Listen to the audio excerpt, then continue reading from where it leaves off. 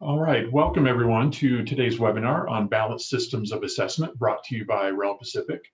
My name is Roger Fiedler and I'll be the facilitator of our session today. I'm the Director of Communications at McREL International, which administers the REL Pacific program on behalf of the U.S. Department of Education's Institute of Education Sciences. I'll tell you more about the REL program and today's topic in just a moment, but first I have just a couple of quick housekeeping announcements for today's session. First off, we're asking all participants to please leave your microphones and phone lines muted to help us avoid any feedback and to keep our audio clear for the session. And if during the session, if you have questions or comments that you'd like to pose to our guests, please use the chat box. We'll be keeping an eye on the chat throughout the session, and we'll be pausing at the end of each section to answer questions.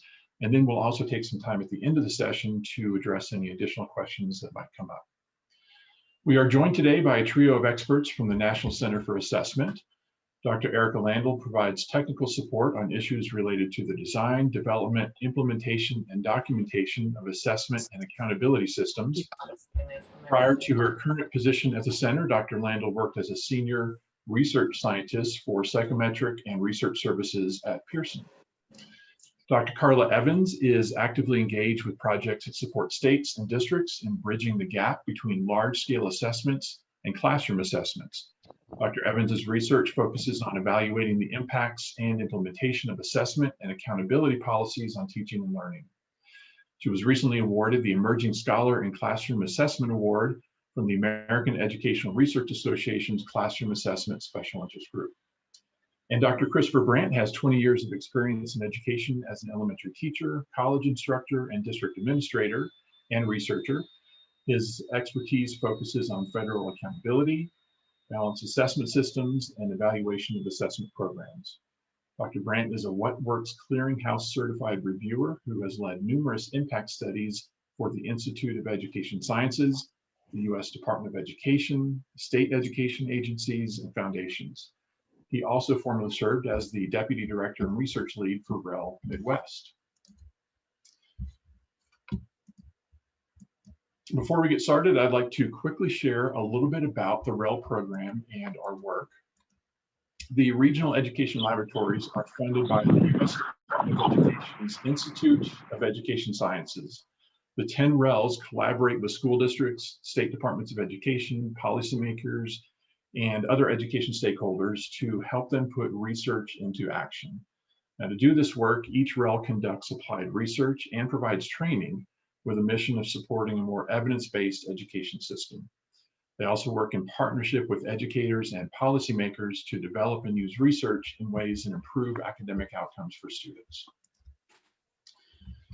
REL Pacific specifically serves educators and school systems spread across 5 million square miles, including the state of Hawaii, the U.S. territories of American Samoa, Guam, and the Commonwealth of the Northern Mariana Islands, and the island nations of the Federated States of Micronesia, the Republic of the Marshall Islands, and the Republic of Palau.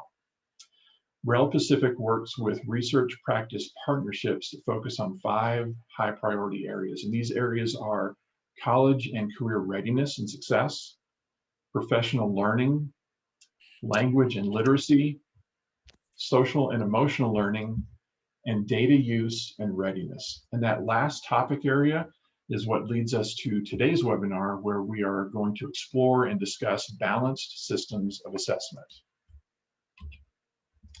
So our objective today is to understand the key features of and the common barriers and the core development principles of balanced systems of assessment.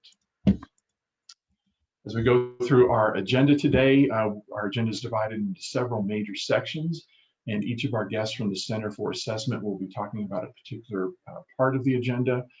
And starting us off today will be Dr. Erica Landel. And Dr. Landel, the stage is yours. And just a reminder to participants who might have joined us in the last few minutes, if you do have a question as the presentation goes on, please use the chat feature to post your questions or comments. We'll be keeping an eye on that and pausing from time to time to take those questions. So with that, I will now turn it over to Dr. Landel.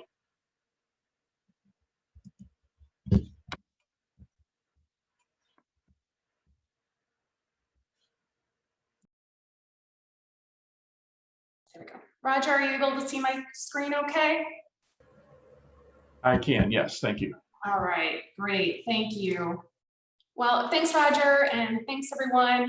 My name is Erica Blandel, and on behalf of myself and my colleagues at the Center for Assessment, Carla and Chris, we're really happy to have this opportunity to come and talk to you today about balanced assessment systems. While the set of presentations is called The Challenges and Opportunities of Balanced Systems of Assessment in the COVID-19 Era, really, this challenge in terms of understanding and designing balanced assessment systems is not new. In fact, if any of you have seen my colleague Scott Marion from the Center for Assessment talk, he'll talk about how looking for balanced assessment systems in practice is kind of like looking for unicorns. You just don't find them very often. And while COVID-19 definitely made traditional assessment more complicated, it also resulted in innovation and creativity and kind of an appreciation for the role assessment can and should play in supporting educational decision-making. And so while we don't see a lot of balanced assessment systems in practice right now, we feel at a point that we're kind of at a tipping point where people are really moving this direction. And hopefully they won't be as elusive as, unicorns. They'll be more like a McREL mushroom, which is kind of, I'm from Iowa, so McREL mushrooms are a big deal right now. So a little about the Center for Assessment. If you haven't heard of the center, we're a very small not-for-profit organization. We're located in Dover, New Hampshire, and our mission is really to support improved student learning through better assessment and accountability practices. And so we really work with a variety of states and large districts to support accountability and assessment design and evaluation. We do a lot of facilitation with schools and educators to try and promote assessment literacy. And so if you haven't been to the center's website, you'll have the link at the end of this presentation, and we invite you to check it out. We have a lot of resources out there related to the topics we're going to be talking about today. So as Roger mentioned, today we're going to provide you with a broad overview and introduction to balanced assessment systems and some of the key considerations that impact their design and implementation. And so first, when we think about the primary problem of practice that we're trying to address with balanced assessment systems, it's simply this.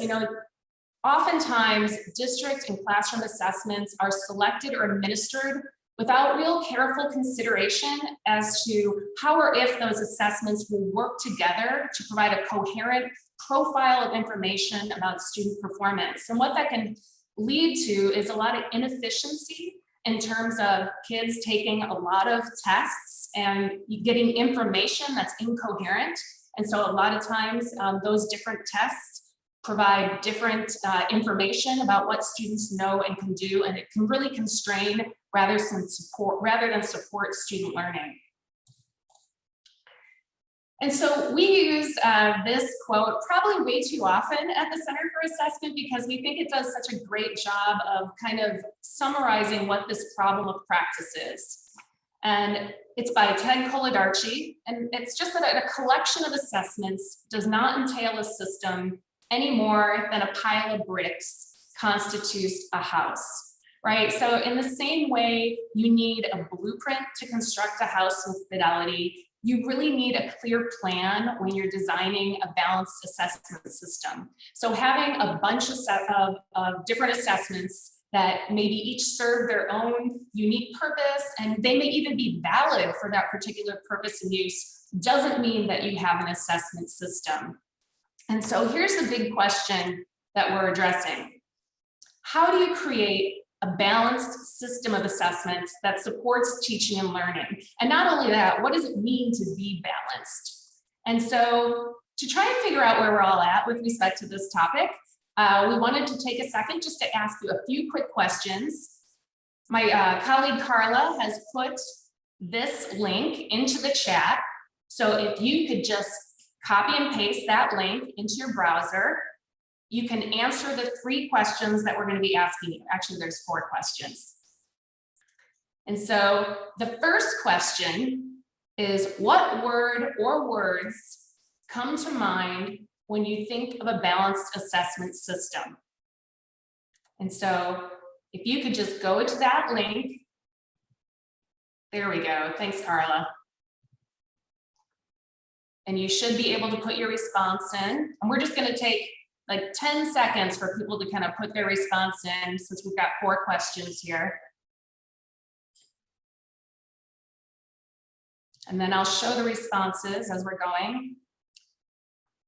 And while we're waiting, I'll just apologize for my echoey voice. I was telling the folks before that I have a new office, and so it's kind of like I'm in a Costco warehouse right now by myself. So we've got a few responses here, and these will continue to come up. And you can see we've got deliberate, classroom, assessments, empower. Wow, they're moving around a lot. I guess that happens as more words get added. Equity, really big one. Alignment. Scale, levels, classroom, right in the middle. Formative, summative. All right.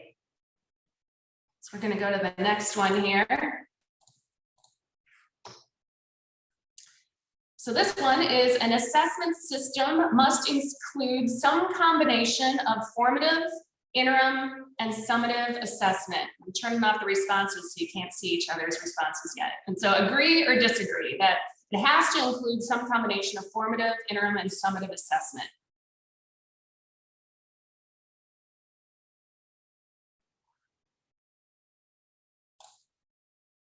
Okay, 92% of you agree with that statement.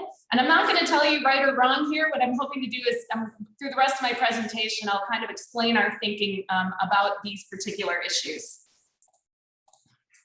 The next one, an assessment system is balanced if the different types of assessment are equally represented. Oops.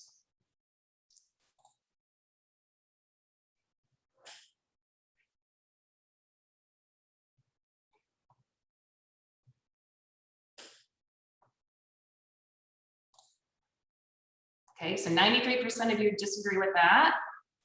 And then the last one here.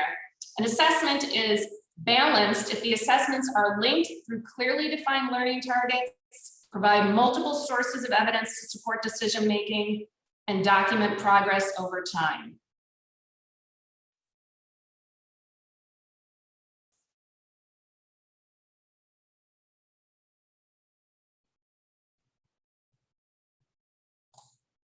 Okay, it's always the one that's the longest, right? Yeah, so this would definitely be, you know, a definition that would we would comply with. But let's talk a little bit more about balanced assessment systems. And you can see that what tends to happen a lot of times when we talk about balanced assessment systems is what they are and what they're made of is really not always clear. And that's because there's no common language or shared terminology to discuss assessment systems, their components, and their characteristics. So a lot of times folks will talk about balanced assessment systems, comprehensive assessment systems, next generation assessment systems. They'll talk about those interchangeably and actually inconsistently.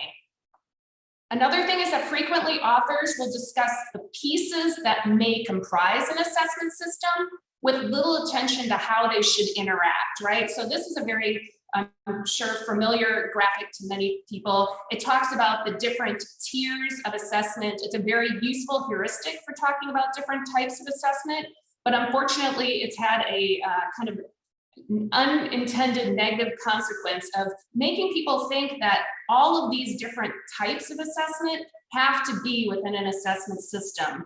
And that really is not the case. What drives the factor that drives what is actually in an assessment system is the purposes and uses that you're trying to serve. So the goals of your assessment system will drive the design of your assessment system and what pieces need to be in there. And it doesn't have to be that all of these levels have to be represented. And finally, there's often lack of consistency with respect to the way in which common elements are discussed and operationalized. And just Case in point, you know, if I ask someone if they have an interim assessment, they may say yes, but those two tests may look completely different. And it's because there's so many different designs for interim assessments out there because they can support such a broad range of purposes and uses. So what's a balanced assessment system? So the National Research Council's report, Knowing What Students Know, really kind of has the inaugural baseline, I guess we would say, definition of balanced assessment system. And it's simply that assessments at all levels from the classroom to the state work together in a system that's comprehensive, coherent, and continuous. In those particular systems, there's a variety of evidence to support educational decision-making, and assessments at all levels are linked back to a same or common underlying model of student learning or understanding. So let's kind of unpack that a little bit more. In more simple terms, you know, to have the desired impact, what we're saying is that an assessment system can't be just composed of a bunch of different assessments, even if they're valid for their intended use. They have to work together in a coherent and coordinated manner in order to improve student learning and school capacity.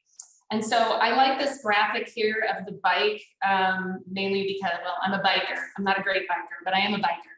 But I like how this kind of reflects that the validity of each piece is not equal to the validity of the sum, right? So I might have a bunch of bike pieces. I might have some tires. They might be mountain bike tires. They'd be great for mountain biking. But if my goal is to have a light bike and frame that will allow me to go fast because I want a road bike, those mountain bikes, even though they're totally valid and appropriate for that use, would not work together on my overall package or goal of achieving a road bike, right? So you have to think about the validity of the parts relative to the entire system and the goals of the system.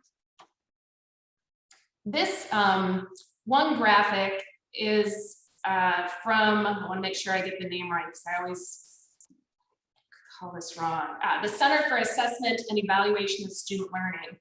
So this represents kind of a coordinated multi-level system that's very consistent with the goals of a balanced assessment system, right? So you have assessments that provide for a coherent flow of information across levels, right? From the state to the school, to the district, to the classroom.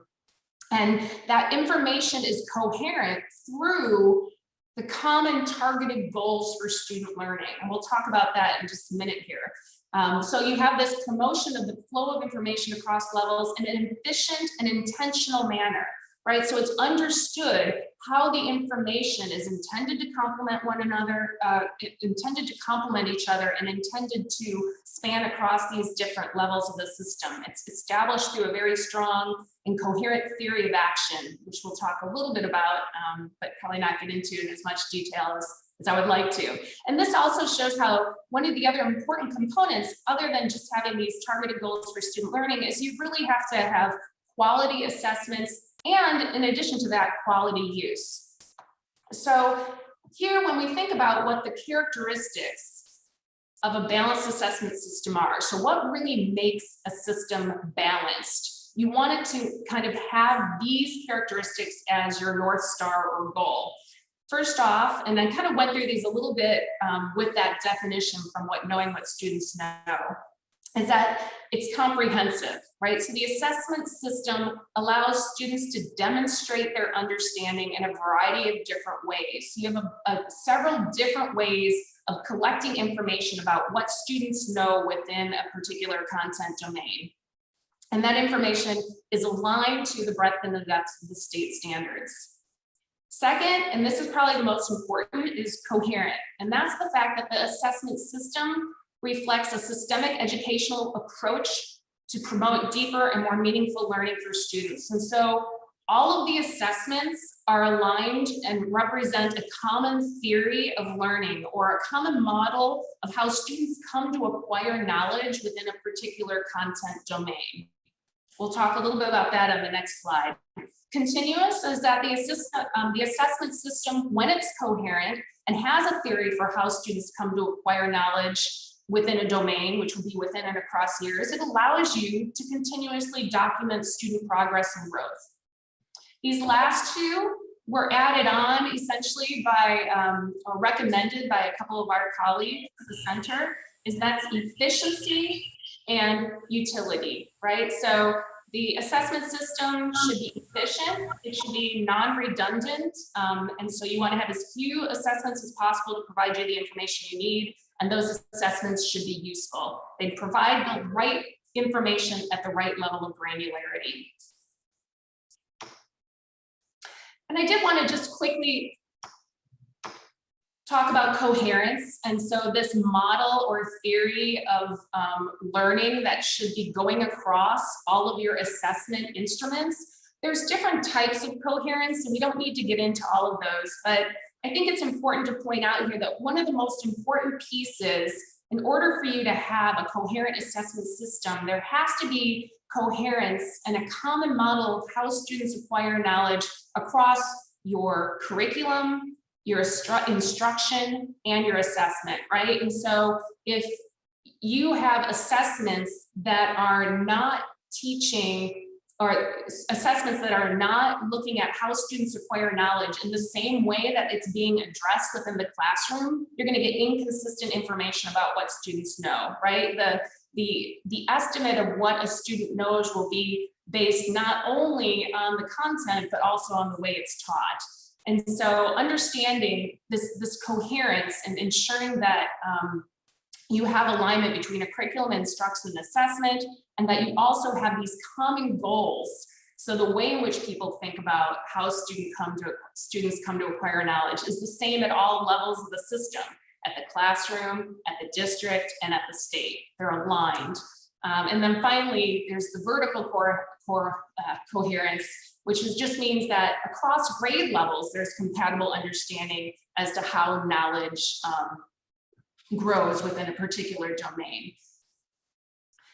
Coherence is probably the most difficult thing to support within a balanced assessment system, because a lot of times you think the curriculum is not defined at a state level. The curriculum is just defined more at a local level, right? And so that's why a lot of times we'll suggest, or we've talked about the fact that these balanced assessment systems are most often better designed at the district level than potentially from the state top down. So some of the reasons you don't see balanced assessment systems in practice, some of these challenges here, and I'm not going to read these because I know I'm running out of time here, but we've got the fact, this one up in the left-hand corner is probably one of the most, the biggest issues, is that politics, policy, and political boundaries, right? So there's different folks at different levels of the educational system that are making decisions about what assessments should be included within the assessment system. These other ones I'll just kind of quickly, so influence of commercialization and proliferation. A lot of times folks have assessments that have been in place forever and they just don't want to get rid of them, right? So they may or may not actually align to the goals of the system, but they're just there because they've been there forever and people like to have that longitudinal data. Lack of attention to curriculum and learning, that's the coherence piece. And then lack of assessment literacy, which will my colleagues will be talking a little bit more about. And so assessment systems, so part of the reason we have this issue with inefficiency, I'm going to go back to this, you know, this influence of politics, policy, and political boundaries is due in large part because different users need different information to support their needs, right? And so assessment systems, when they're designed to support different users and multiple purposes, really have to be designed thoughtfully, because you know that the design of an assessment is based on its purpose and use, right? And so different uses require different design decisions. And you can see from this graphic here, on the left-hand side, you've got more of the higher stakes, when you've got these accountability monitoring types of assessments, those uses, you need things that are more standardized, more uniform, right? So you can have comparability across schools and districts. independent, and stringent. And these are in conflict with assessments that are more instructional, which you need to be, dynamic and flexible and scaffolded. And so again, these different assessment characteristics are in conflict with one another, which is why you can't have one test do everything, and why the folks who are designing assessments and assessment systems need to work together so closely.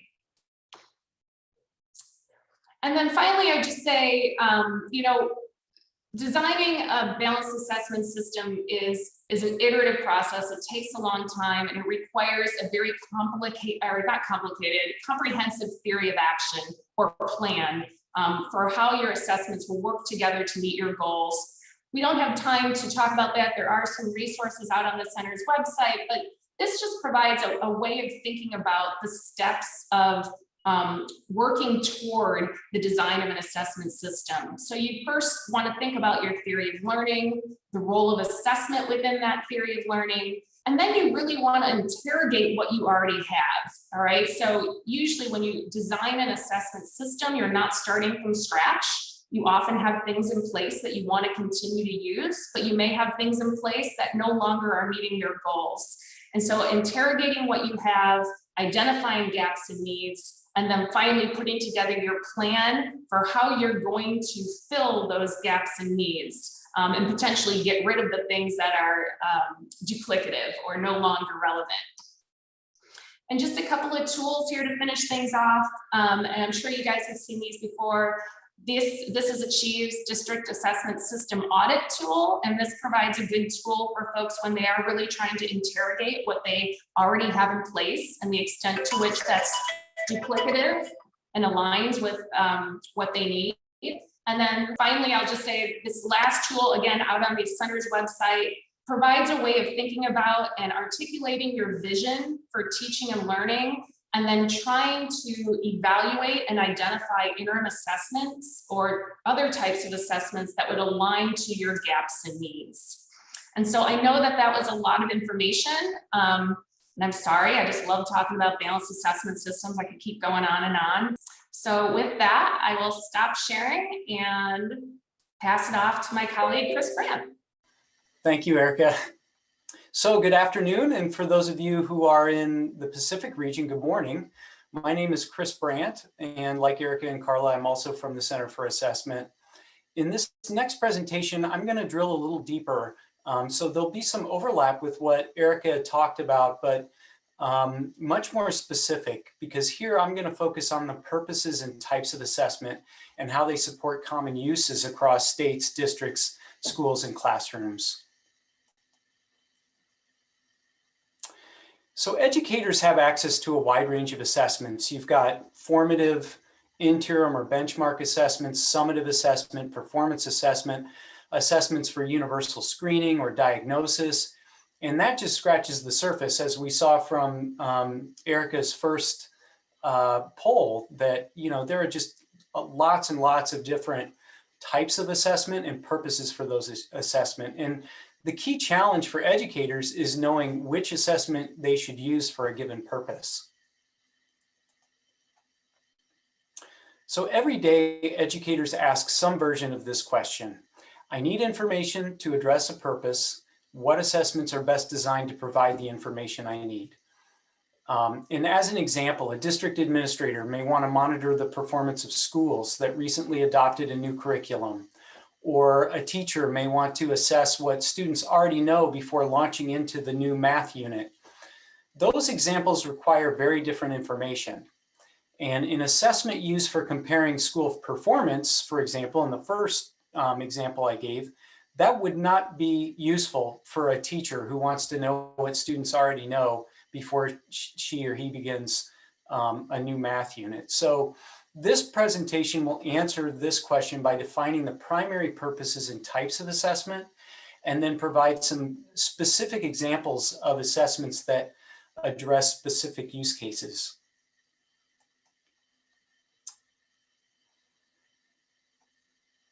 Okay, so I'm going to try the poll also. And so if you could think about, in one or two words the primary ways in which you use assessment in your position, and then write those out. So as an example, it might be evaluation or accountability or informed instruction. Those are just a few examples.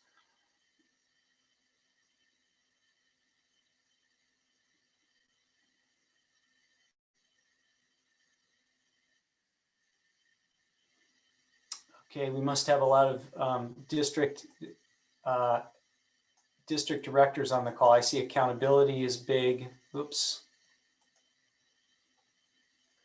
We've got informed instruction, implementation, monitoring implementation. That was one I hadn't thought about. Growth.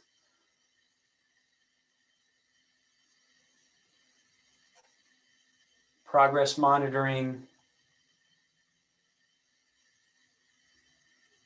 Oh, this is great. This worked way better than I thought. Terrific. And I see standards and accountability here and informed instruction appear to be the biggest. So these are just, some more ideas of how assessment is used and the variety of assessments that would be needed for each of these different purposes and uses.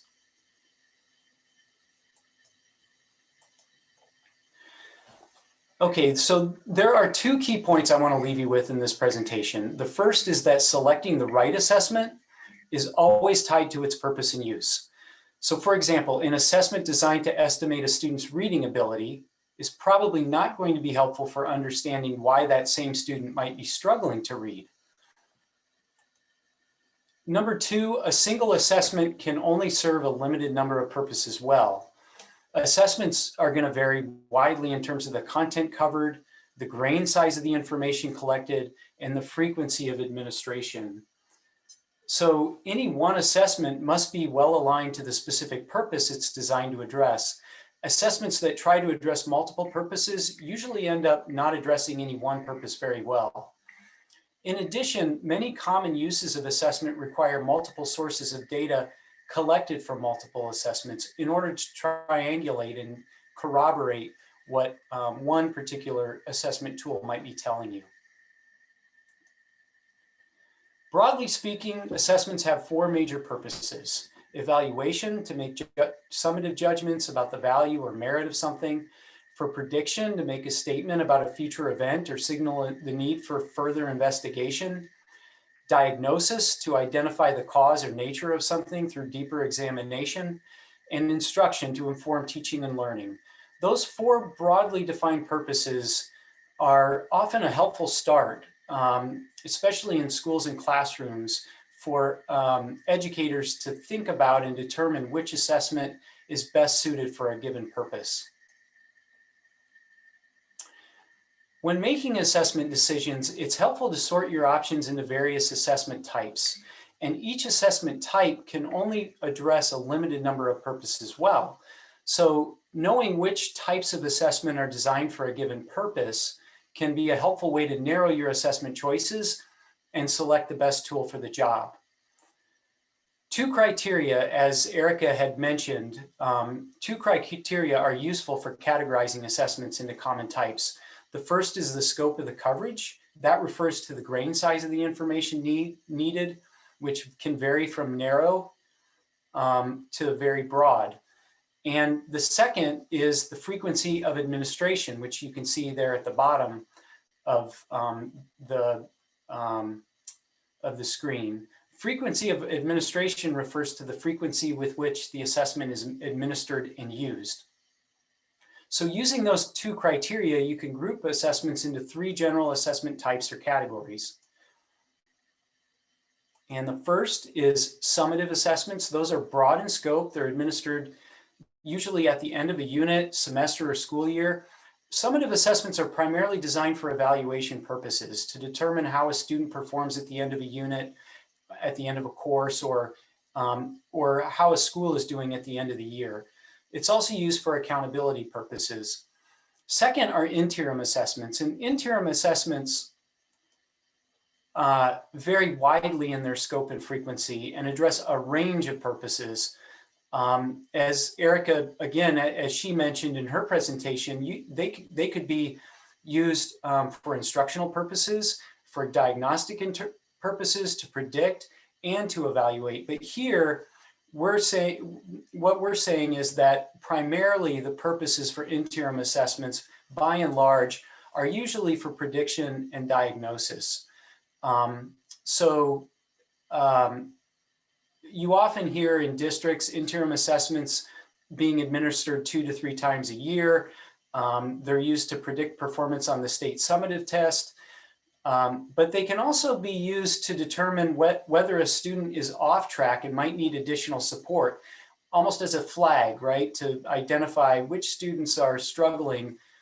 And that can be a point of reference for maybe going deeper with a certain number of students to administer diagnostic assessments, which is another form of interim assessments, and oftentimes off-the-shelf interims are diagnostic. And those are designed to elicit very detailed information about a specific and very fine-grained set of knowledge and skills. So diagnostics are used for identifying or understanding why a student might be struggling to perform as expected, and to determine what that student might need in order to get back on track. And then finally, we have formative assessment. And formative assessment is the process that happens during instruction to inform teaching and learning. The formative assessment process allows teachers to gather information very quickly and provide feedback and actionable, to provide specific and actionable feedback to move students forward. Examples of formative assessment would include conversations between a teacher and their students, or among groups or pairs of students. Formative assessment can also be administered in the form of brief classroom assessments or activities like a thumbs up, thumbs down. Oftentimes teachers will use whiteboards and ask students to write their answers on the whiteboards and hold them up. That's also a common way of gathering information quickly to adjust instruction on the fly. So within a balanced system of assessment, there are also multiple levels. And that's what this slide shows, is that it situates each of the 3 types of assessment into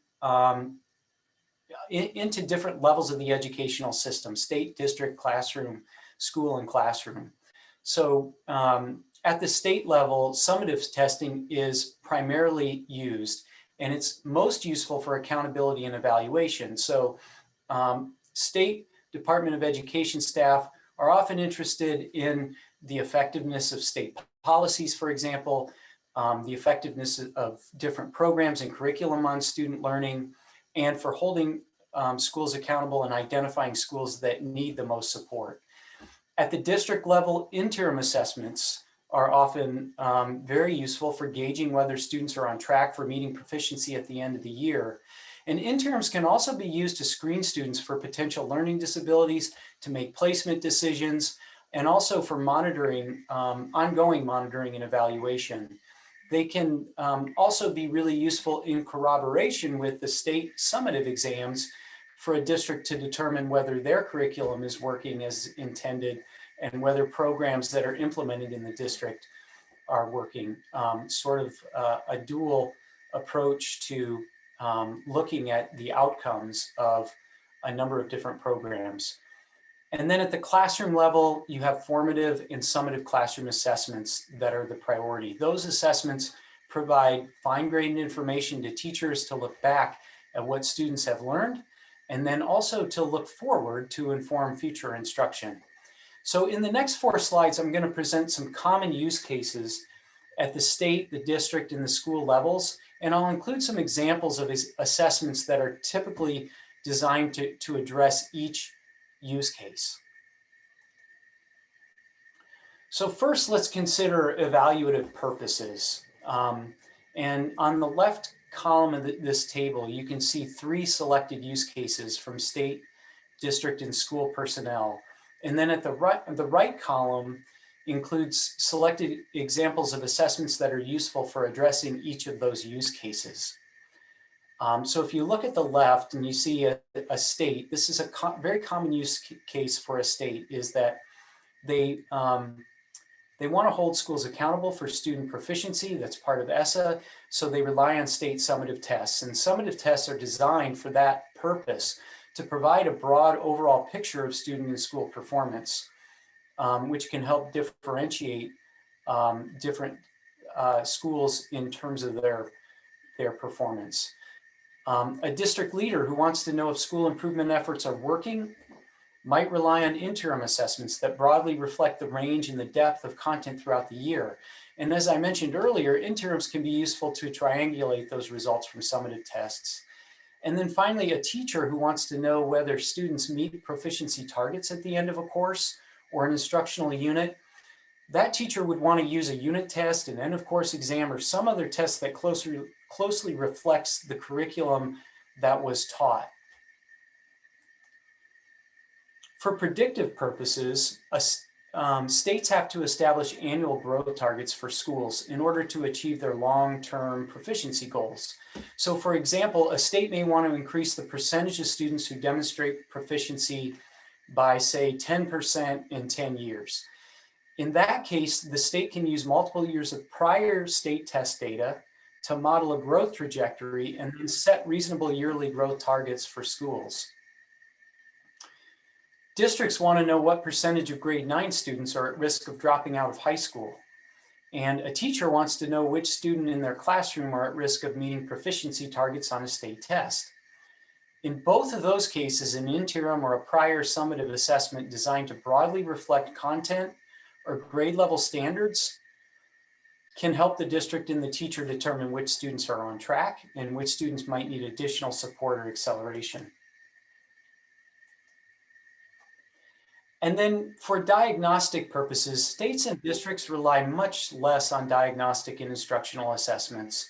And the reason is because those types of assessments provide very fine-grained information about individual students.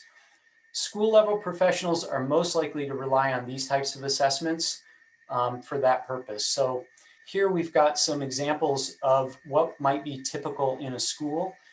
Number one, a school psychologist who wants to understand why a student is struggling to pay attention and regularly maybe acting out in class or on the playground. That psychologist might select a behavioral assessment to test for ADHD or some other attention deficit disorder. A reading specialist who wants to know why students are struggling with comprehension.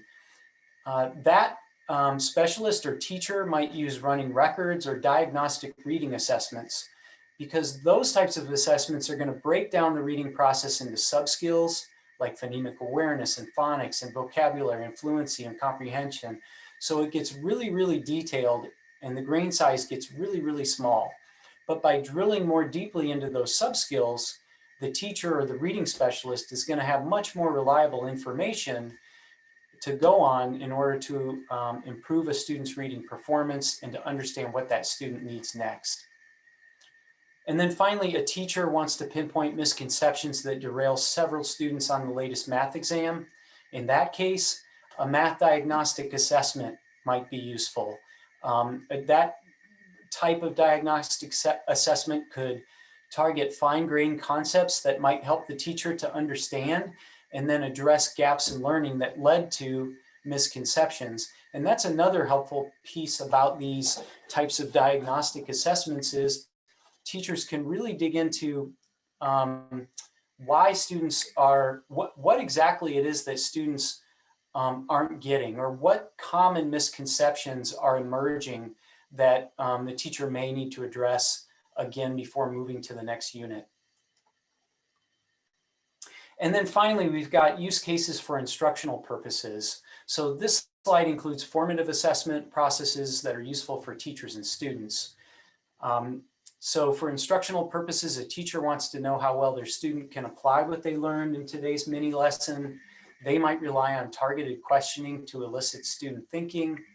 They may decide to administer a brief classroom assessment to quickly determine who's mastered the concepts. Survey polls can also be a really useful way of efficiently checking in with a large group of students. So Erica, thank you for that wonderful example of formative assessment.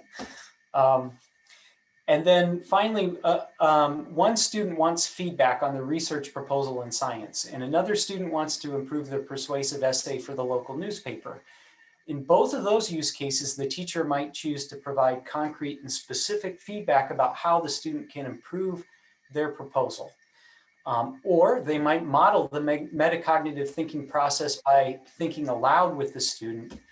And then finally, self and peer assessment can also be a helpful source of information to guide a teacher and also the students thinking about what they do next. All right, so I wanted to conclude here with a quick application. I included just kind of a quick quiz in here to give you a chance to test yourself. Below you see 4 different scenarios that describe different purposes for assessment. See if you can match the intended purpose to its primary type. So the answer is going to either be summative, interim, or formative for each of these. And note that each use case could be appropriate for more than one assessment type. So even though I identify one, there might be more than one answer. So I'll just give you a second to read question A there, or read scenario A, and then either in the chat or in your head, you can think of the answer. Okay, so for A, teachers use assessment information to monitor, adjust their instruction. That would be formative. And in B, district leaders who want to know how likely schools within the district will meet academic proficiency goals at the end of the school year.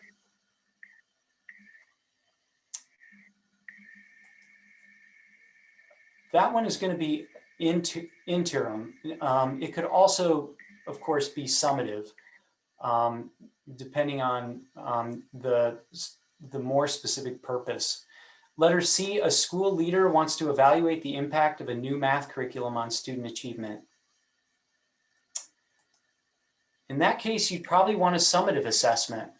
But again, this is one that has multiple answers because districts oftentimes use interim assessments or benchmark assessments to corroborate what they're seeing on the summative assessments and to monitor progress throughout the year, as opposed to just waiting to the end of the year to evaluate. And then finally, a school specialist wants to diagnose their students' academic reading skills to determine the type of intervention or special education services needed. This would be an interim diagnostic assessment. So that concludes my presentation. I am going to end my slideshow and Chris, there was a question for you while you're turning it over, and it was from Richard, who asked about the adaptive assessments that are really common in instructional vendors online, where students may be doing some online learning and they have these adaptive assessments, maybe short. I don't know what Richard was thinking, but sometimes I've seen them, they're like 5 short questions. And then that there's an algorithm behind the scenes, right? And that's used then to monitor or adjust what the student sees next. So he was wondering, how does that fit in your opinion? And how do we incorporate these assessments, these types of assessments, into a balanced assessment system? Yeah, that's a great question. And Carla and Erica, please jump in. I would say, number one, this is a perfect question that tees up Carla's presentation, because Carla's going to be talking about commercial assessment, and oftentimes these types of assessment are commercial assessments. The challenge with these types of assessments is oftentimes they're not aligned with the curriculum. So a teacher might administer an assessment and a student gets a particular score, but that whatever was assessed wasn't taught yet. And so if you're not careful in an unbalanced system, for example, you might get feedback that this student needs additional assistance, or you might even flag the student as someone who would need additional diagnosis, when in fact, the teacher just hasn't taught that yet. So that's a really common way in which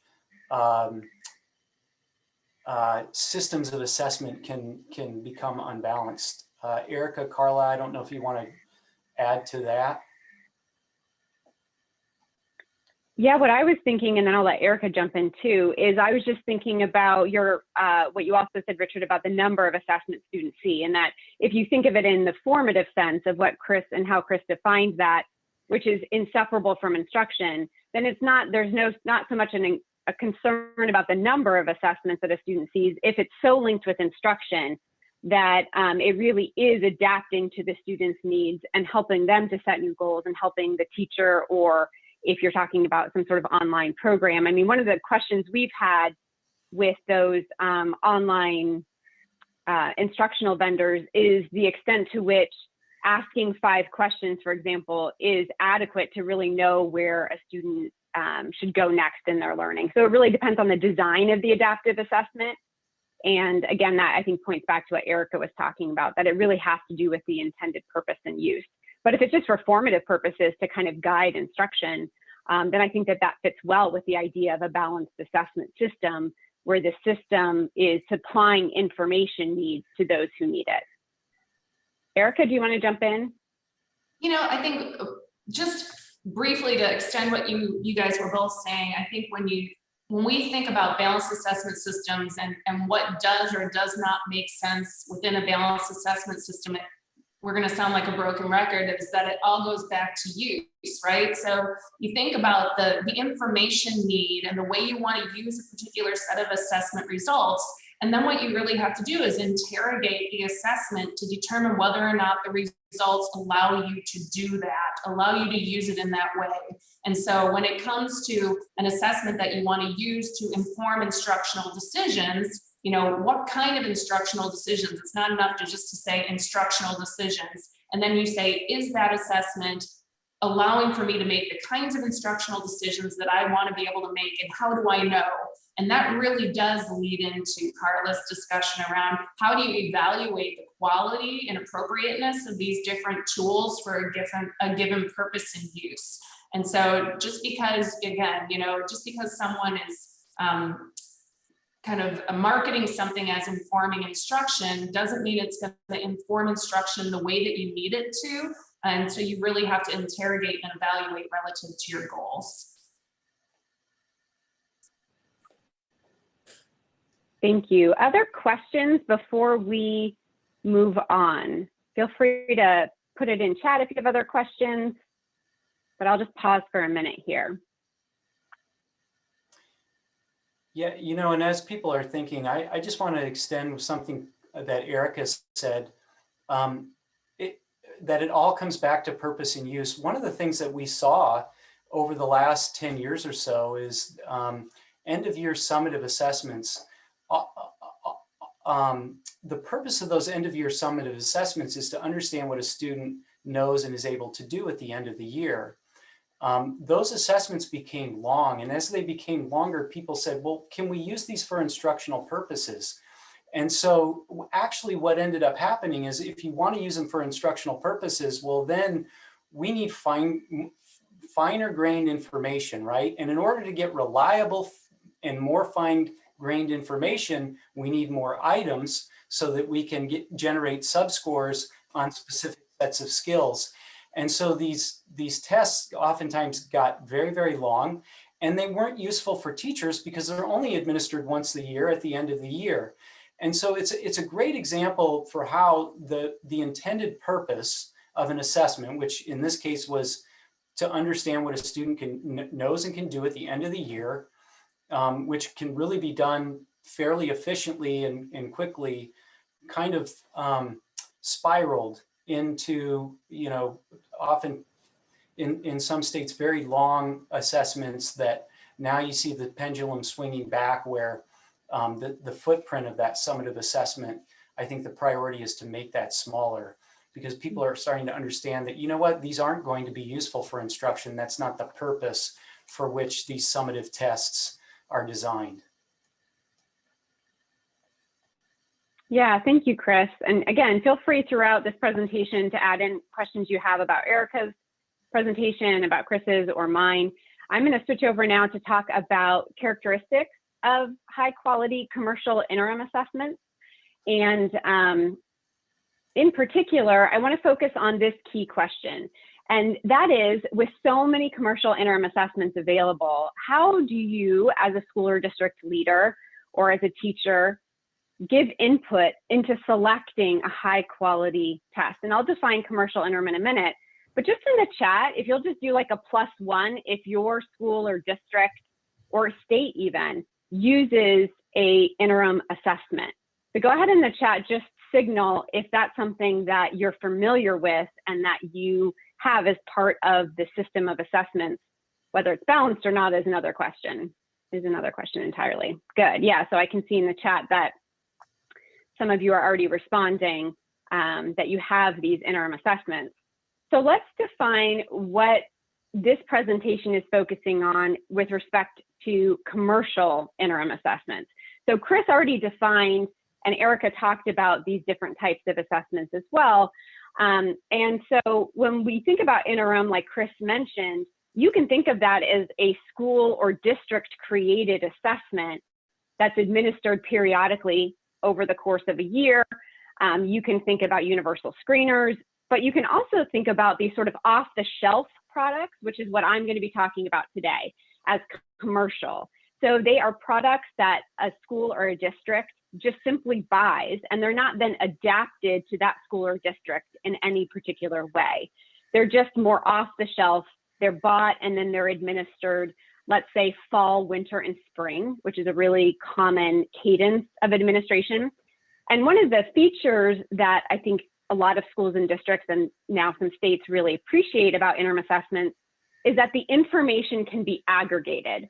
So because it's the same assessment that's administered to all students in this grade and subject in the fall, it can be aggregated across classrooms, across schools, across districts, and that provides information that some, again, it all depends on what you're looking for, that some schools or districts are looking for. And Chris really helpfully, laid out those buckets, whether that's to predict end of year performance, to monitor student growth towards that, to maybe signal students or student groups in need of additional supports and resources.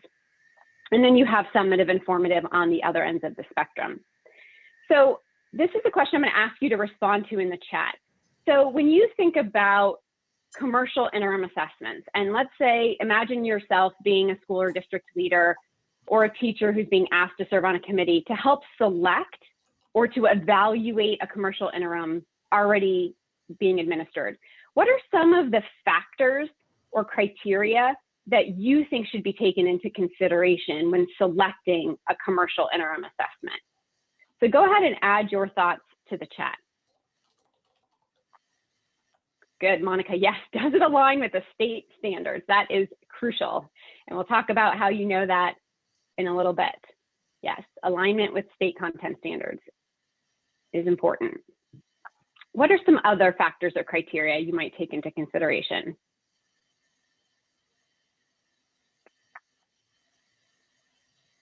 Alignment to the district curriculum. Yes.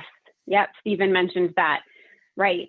So that not only is it aligned to the state content standards, but potentially to the scope and sequencing or to the pacing of the district curriculum and the way in which the state content standards are clustered or within the district or school. Reliability. Yep. So looking at some of the technical properties. It's easy for teachers to access the data and understand the results. Yes. Yep, score reporting and being able to actually interpret it. Otherwise, what's the point, right? As Jennifer said, Sally said, the level of disruption to teaching and learning, that's huge, right? How many times per year? How much time does it take? Meeting the academic needs of each student, English language learner, special ed, exactly, looking at accessibility features. So you guys have basically done the entire presentation that I'm about to present here, which is awesome. So I'm going to talk in this presentation about 4 criteria that you can use to evaluate either a commercial interim you're already administering, or if you're going to select a commercial interim.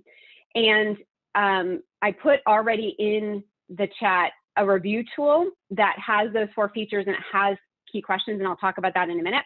But before I jump into that, I want to just talk about 2 key points that I hope you walk away with beyond just the details of these 4 criteria that I'm going to go through. And one is that quality is not a fixed property of a test. It's tied to its purpose and use. And I feel like this is like the broken record of today's session. And it's a matter of degree. So if you think about the Swiss Army knife, I feel like it's a really great analogy here, because you see scissors, you see a saw, you see, you know, something to pull a cork, let's say, out of a bottle. And each of those tools has a particular use. And so if you say like, well, is this Swiss Army knife really high quality? It's like, well, what do you want to use it for?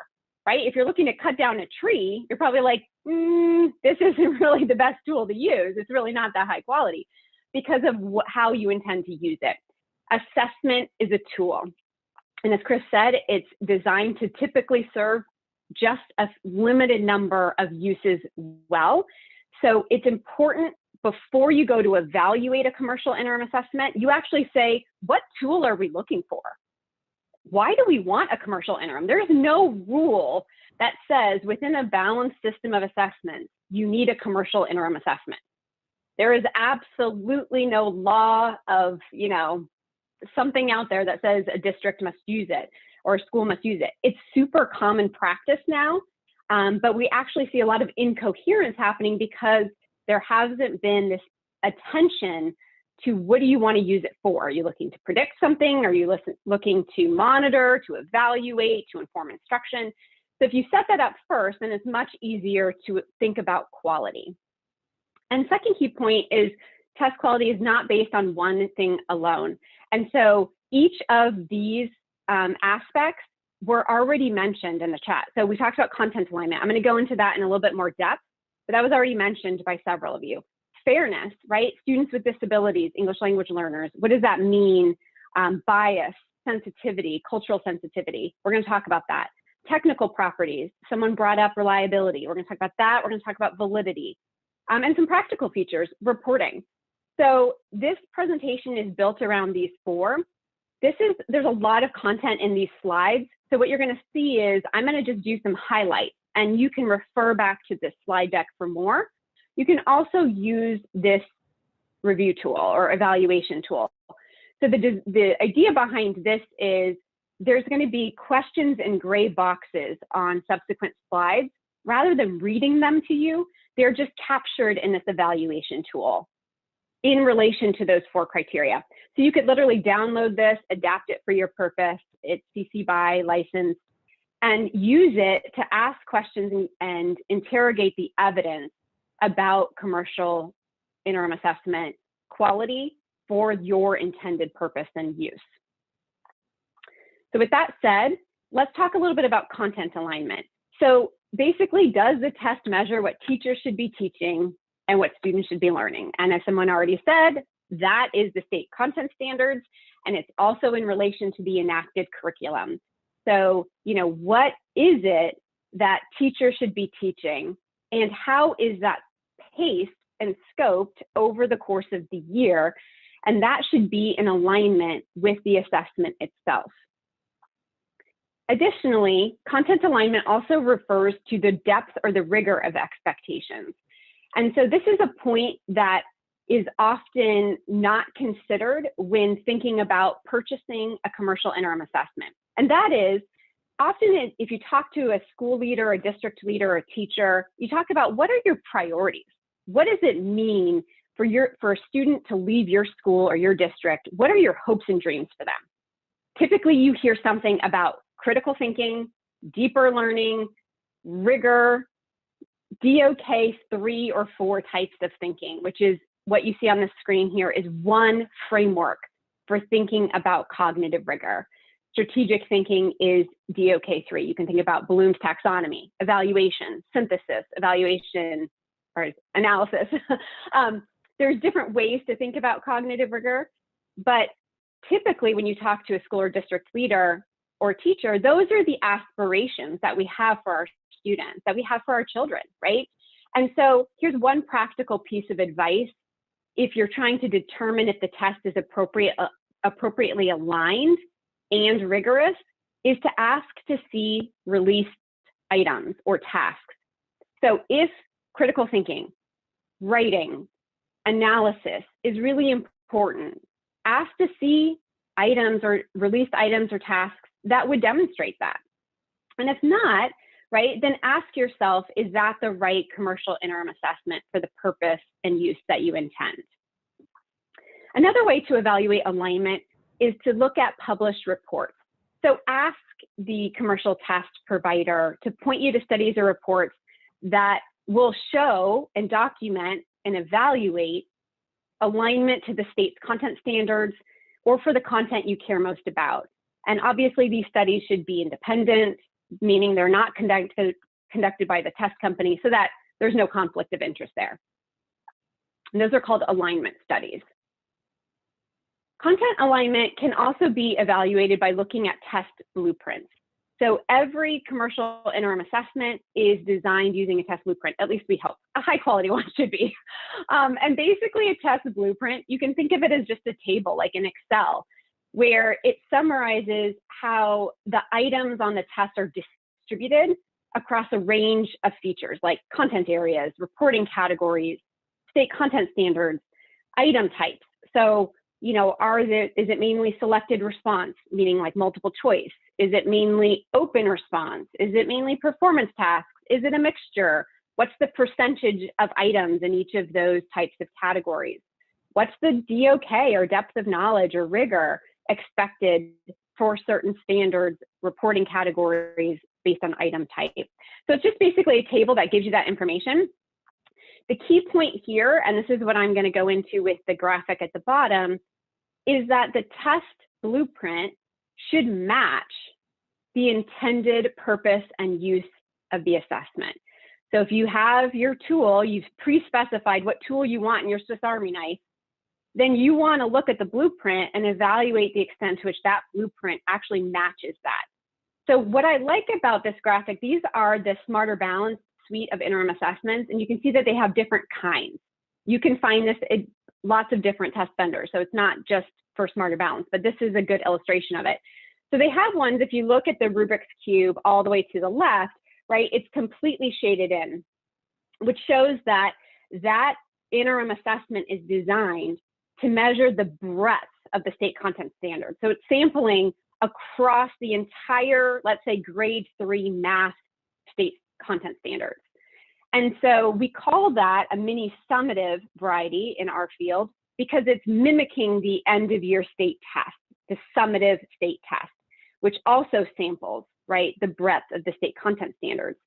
So this type of interim assessment is really useful to look for if you're wanting to predict student performance on the end of year state test or monitor student progress and growth from fall, winter to spring in relation to how they're likely to perform on the state test. However, if you're looking for something that is more tied to the enacted curriculum, you are probably going to look for more of a modular design. This is a test blueprint, as you can see with those other two Rubik's Cubes. They're going to take just a smaller chunk, a cluster of standards, if you will, or a couple standards. So you can see in the middle, it might be fractions, it might be reading literary text, it might be something around place value, but it's going to be a smaller chunk of the state content standards. And you can get even smaller depending upon the interim test design. So again, just the key point here is that the test blueprint should match the intended purpose and use of the assessment, and look for that. And I promise I will go through these other ones more quickly. Alignment is a huge issue with commercial interim assessment, so that's why we spent so much time on it. So fairness. Fairness is also critical. It's this on this slide, it's about, was the test developed in a way that minimizes bias and inappropriate content? I'm not going to read those questions to you, but as I said in the gray box, those are represented on the evaluation tool or the review tool, so you can find it there.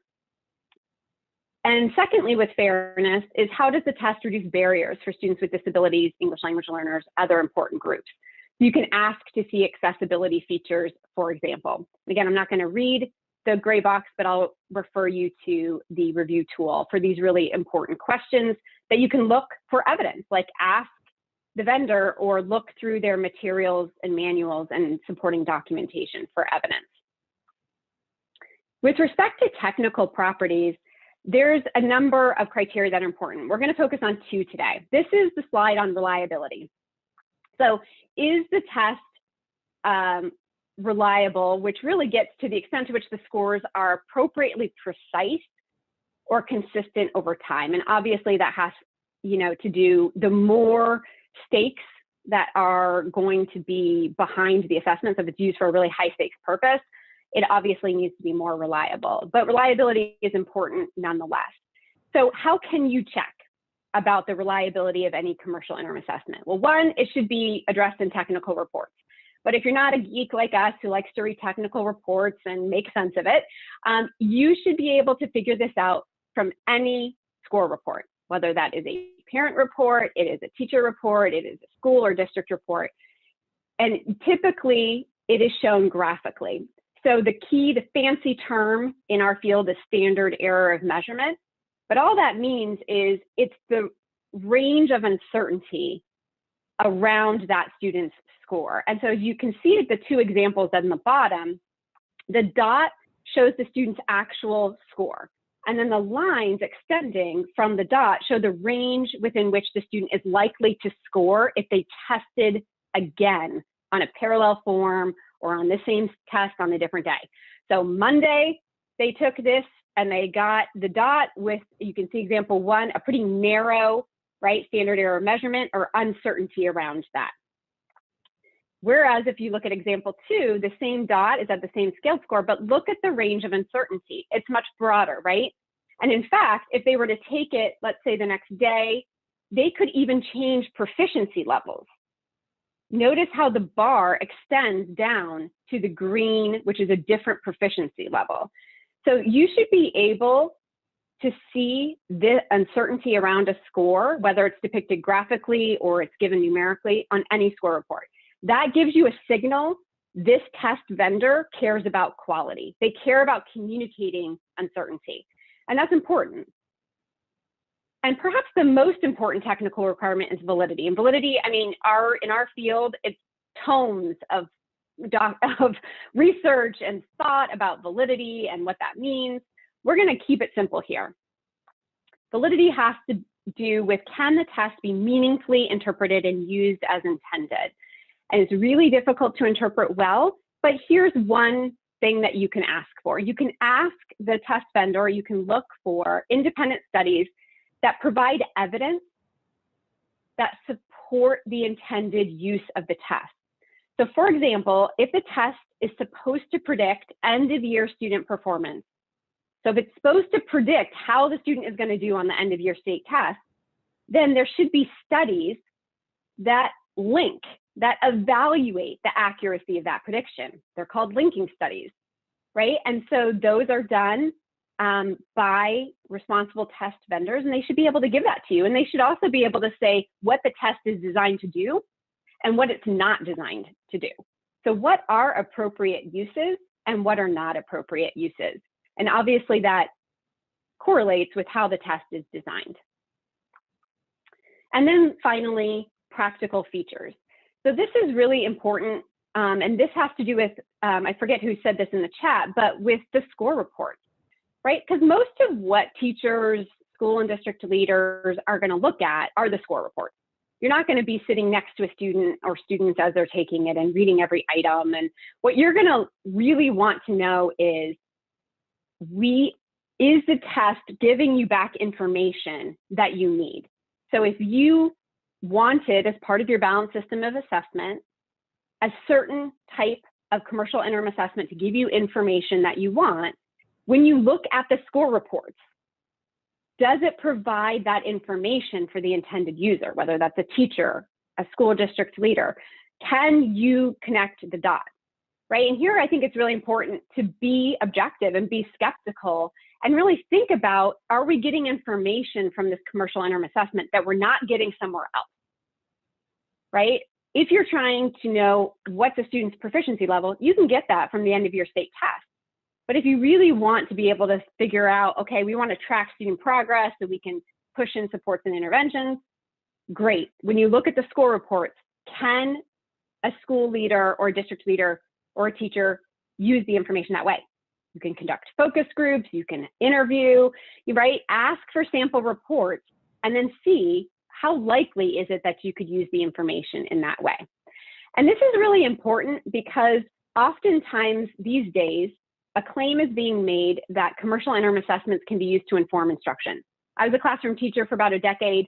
My principal came to me when I was giving interim assessments and said, you should be able to use this, Carla, to inform your instruction. And I was like, I must be really dense because this commercial interim assessment is designed with a mini summative blueprint. I didn't know that term at the time, but I was like, I saw what my students were answering. It was the whole year of, content standards in, I taught grade 4 math, and I'm teaching fractions right now.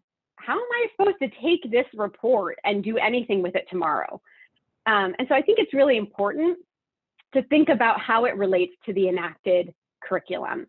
And so that's what's on this slide here is if you're wanting to have a commercial interim assessment inform instruction, if that's a key purpose, then you need to know its relationship to the enacted curriculum, and you need to think about how the test was designed. What is its blueprint? What is it intended to do?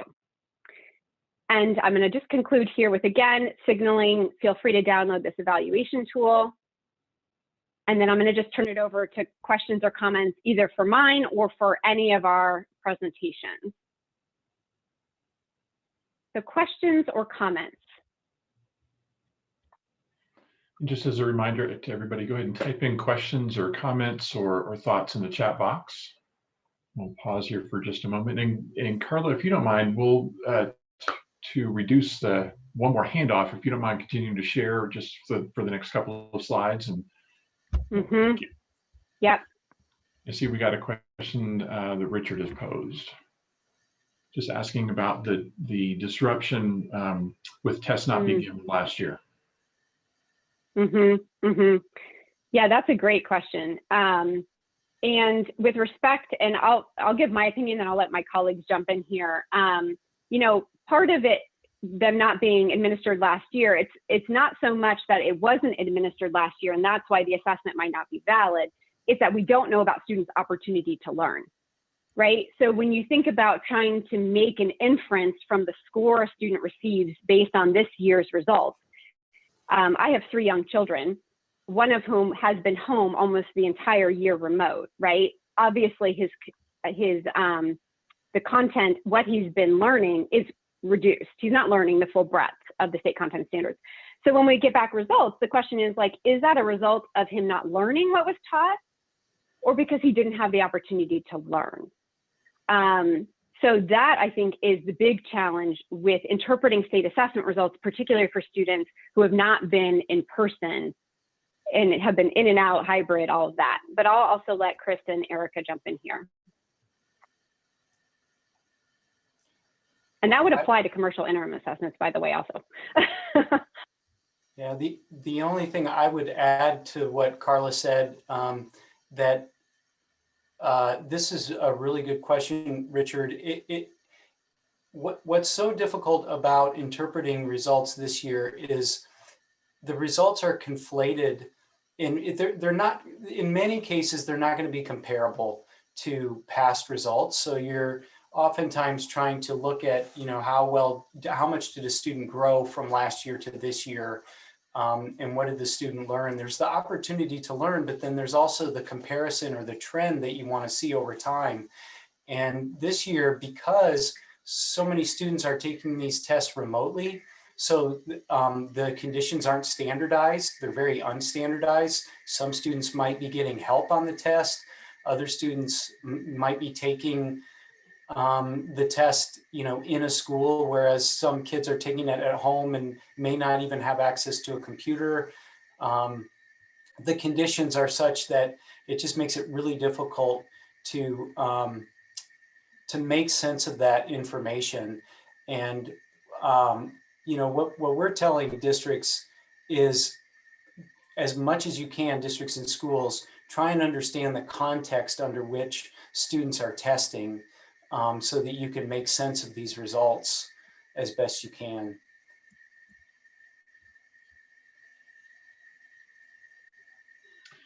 Thank you, Chris. And as folks are maybe thinking about additional questions, if I could just point out what my colleague Kirsten has posted in the chat. We do like to gather feedback at the end of our webinars. And if you have a moment, if you could click on the link, we have a very brief 5-question survey that will gather a little bit of feedback about today's webinar and help inform our efforts with future webinars. So please do feel free, participants, to click through that link to take that brief survey. If, as you're doing that, if you have additional questions or comments for our panelists, please do continue to post those in the chat box.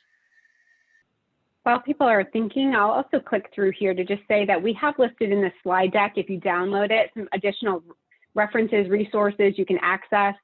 And obviously, we want to also, thank IES who funded this through the REL Pacific. Thanks, Carla. And Carla, Chris, and Erica, thank you for lending your time and your insights to us today. If any of our participants would like to connect with you, they can do so via your email and website addresses. That's included in the presentation that you'll all have access to after the session ends. So please do feel free to reach out to them. Again, thank you for joining us and for sharing information about assessments. And I think there's a question from David. If we're still live here, I know some people are jumping off, but I want to answer his question. What does Cal think about remote testing? And David, are you referring to California in particular, or does Cal stand for a different acronym? Carla, I wonder if he was just referring to the Center for Assessment. Does the Center for Assessment, have you done any thinking around? Oh yes, a lot about remote testing. You'll find a lot of resources. So we're an open source organization. We work with 35, 40 states. We have active contracts. So we have been doing a lot of thinking about remote testing and the issues therein. So I'll refer you first to our blog site, which you can find some recent resources on that. But also then if you go onto our library and search it, and I don't know, Erica and Chris, if you want to add to that. So remote testing, yeah, has concerns. And actually, I'll let Erica, I'll throw this one to her to answer some of the concerns around remote testing.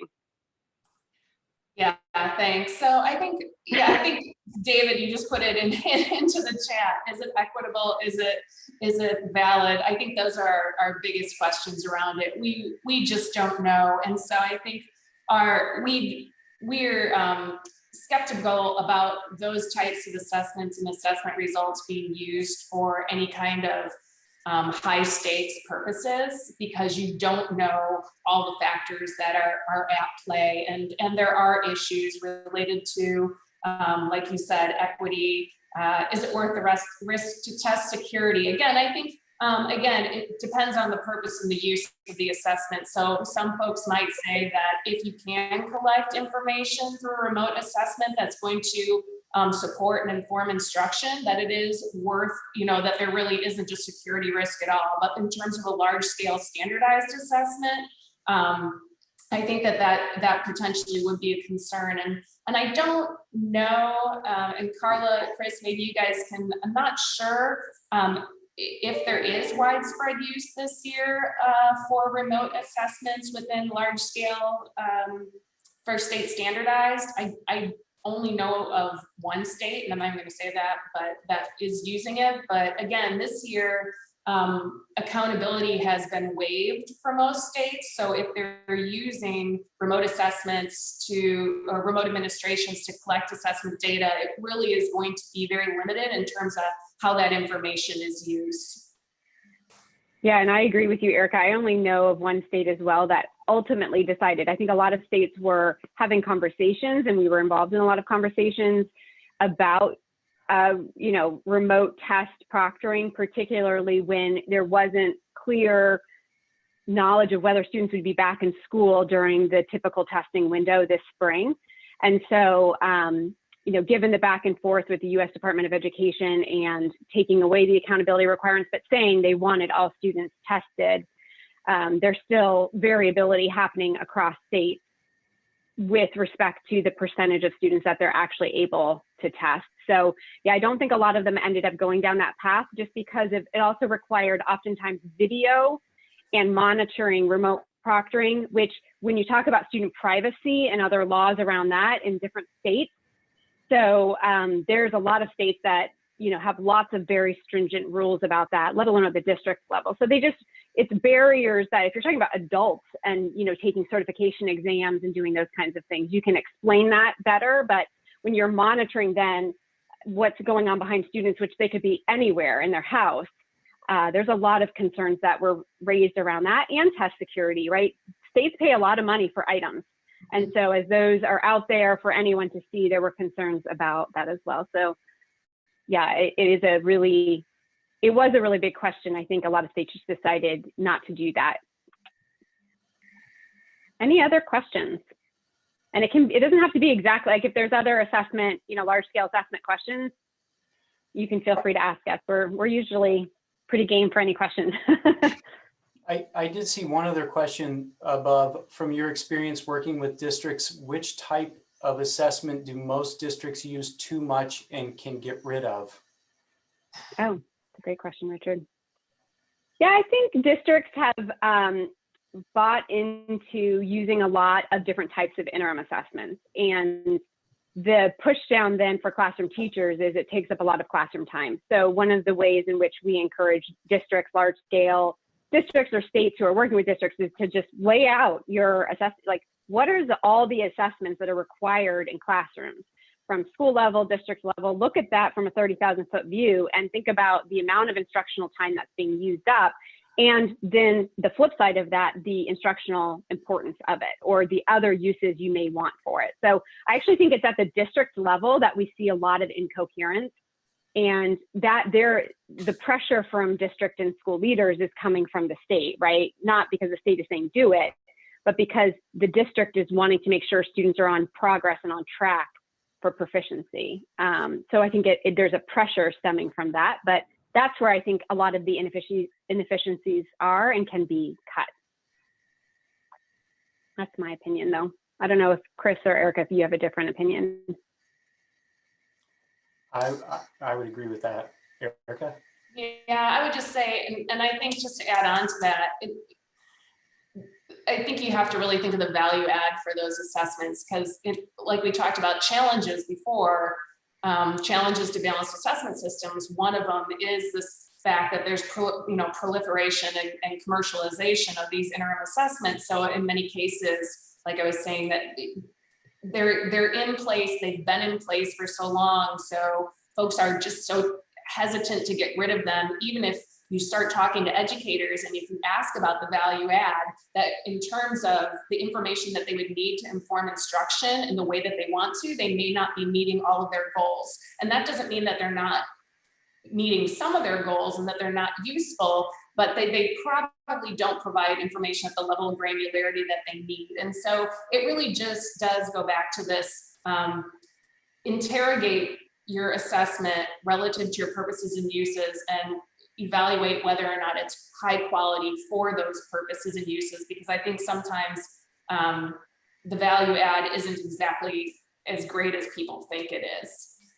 All right, thank you, everyone. I'm not seeing any other questions in the chat log that we haven't been able to address. So I think we will draw to a conclusion for our session today. I want to again thank Carla, Erica, Chris, thank you for joining us. Thank you all the participants for joining with us.